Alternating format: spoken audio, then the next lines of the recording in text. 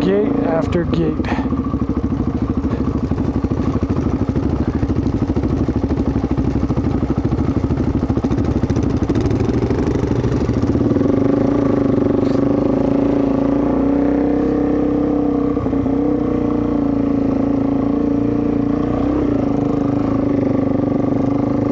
Swarming crickets.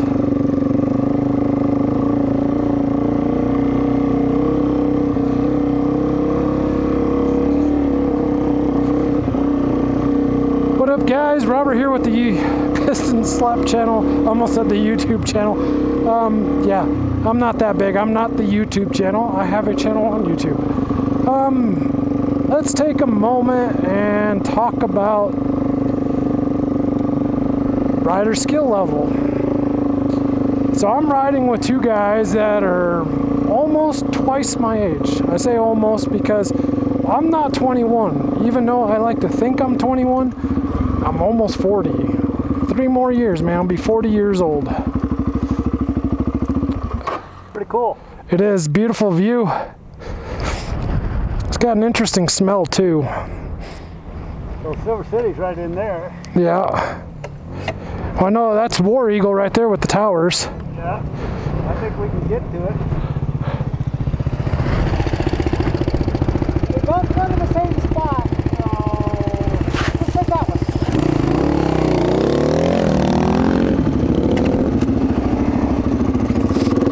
So what I was saying was, both the guys I'm riding with today are both almost twice my age.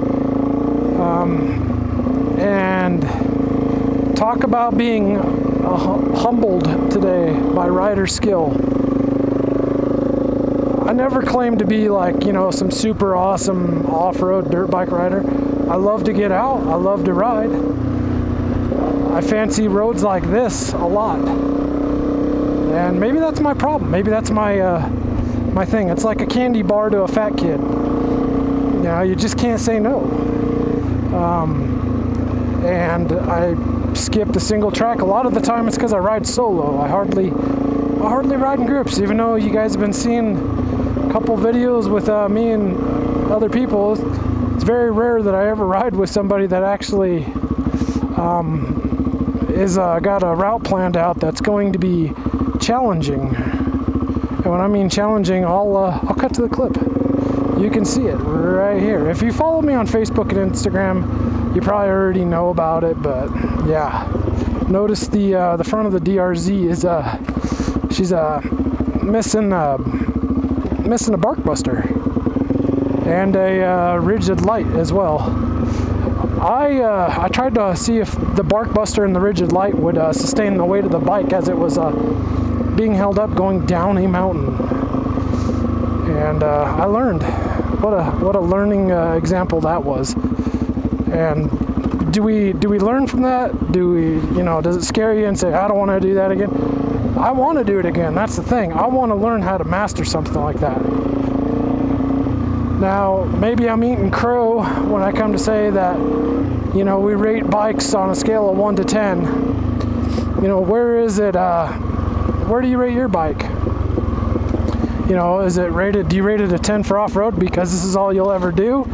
Or do you rate it a 10 for off-road because you can do single track, but you're gonna work your butt off compared to what another bike that's way lighter would do? And I think a lot of my problem is I've got, I don't know, about 40-45 pounds of gear on the back of the bike. So trying to climb up a mountain on a single track,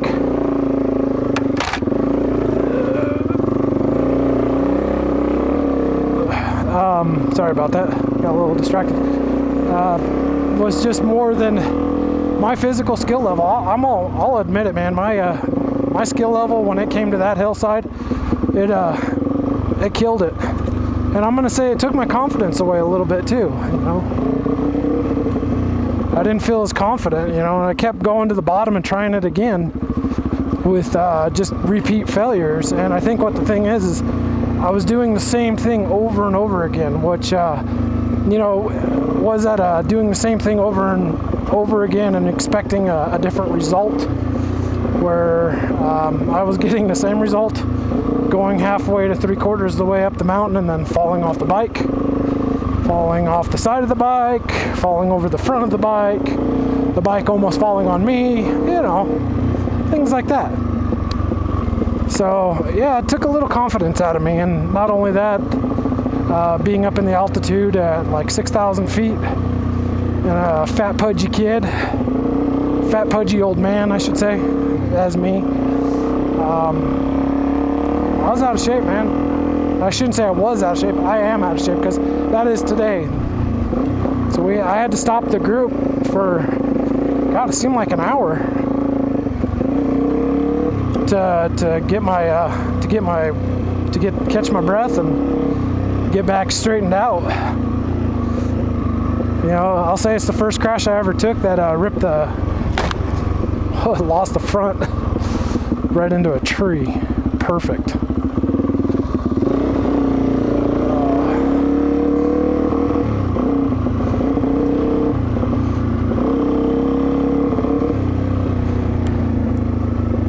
So, yeah, learning lessons, man. Learning lessons. And I take it as you'll never get better if you don't try. Ride with people that are doing that would take the time to maybe educate you and go out and ride with you. My thing is always find time restraints, so trying to ride with people, it's a pain sometimes for me to try to get out. I was surprised I got this trip. I really was.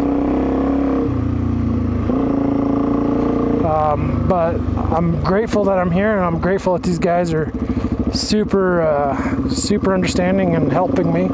I mean, how embarrassing do you have to be?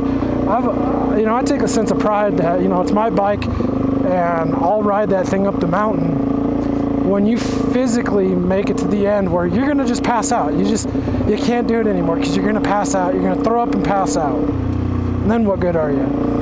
That two dudes have to literally ride your bike, or walk the bike up the side of the mountain because you can't ride it.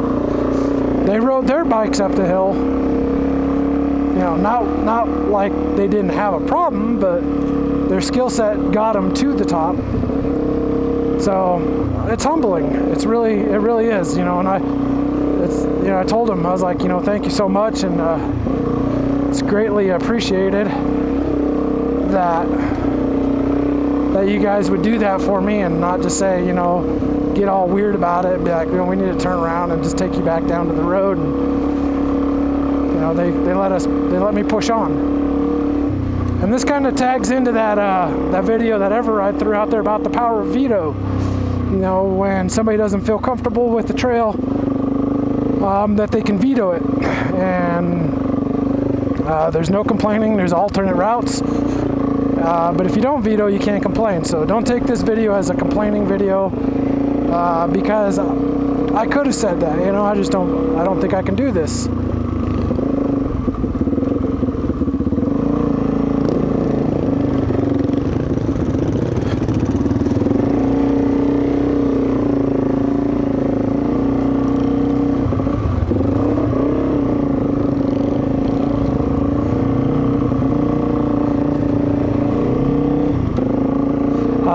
So that's one of those things, and actually the ride leader right now, he's the one that brought up he's like, you could have vetoed it, and I knew exactly what video he saw and what he was talking about.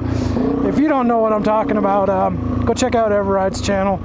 I don't normally like to steer you guys to another channel, but it makes good content, and the power of veto, I think it works really great in a situation like this where you've got so many different riders with different skill sets. So that's the thing. I'm willing to try everything. I just go. If I can't make it, I'll try it again. If I can't make that, I'll try it again. I'll keep trying until I pass out, which isn't a good thing. So maybe you need to learn to ride. So anyway, that's today's video. We're headed to WarEagle. appreciate you guys tuning in and listening to me gab. If you got anything to say about it, throw it down in the comment section below. If you like what you've seen, please, I encourage you, hit that thumbs up button. It's not costing you anything. It's totally free, and it just lets me know that you kind of liked what I had to say, or you just kind of like the scenery, the sound of the bike, whatever you're here for. Maybe you like the sound of my voice. There's motovloggers out there that really have sexy voices. I don't think I'm one of those guys. So anyway, thank you again for watching. If you're not subscribed, I encourage you to subscribe. And there's a little bell down there that lets you know when I upload. So if you click that, it'll put little parentheses at the top of it to let you know when I upload. So there's no confusion on that. So once again, guys, I'm Robert with the Piston Slap channel. Thank you so much for tuning in today. You guys have a great day.